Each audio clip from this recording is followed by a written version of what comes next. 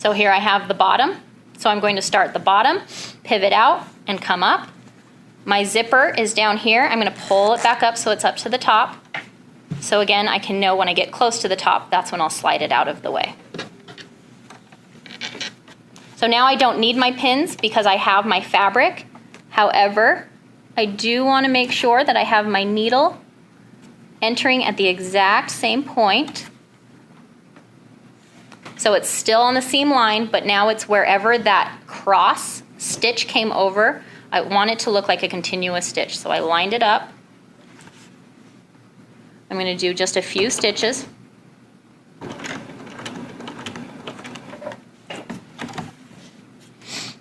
About 4 or 5.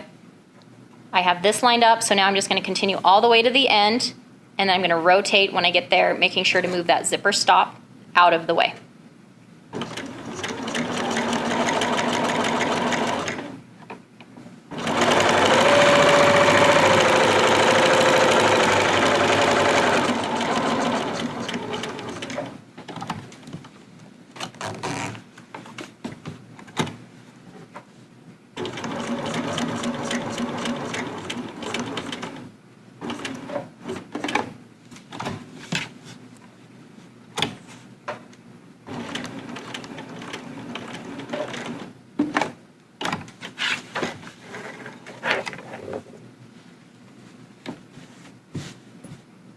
Okay, so now I have my thread tails on the back side.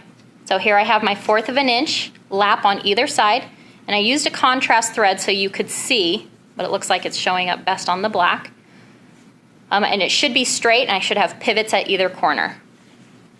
So I'm going to pull this thread through, and I should have trimmed my basting so I know exactly which one, but I'm going to pull this thread through so it's going to pop up, and I'll tie all 4 of these at both the top and the bottom. Okay, so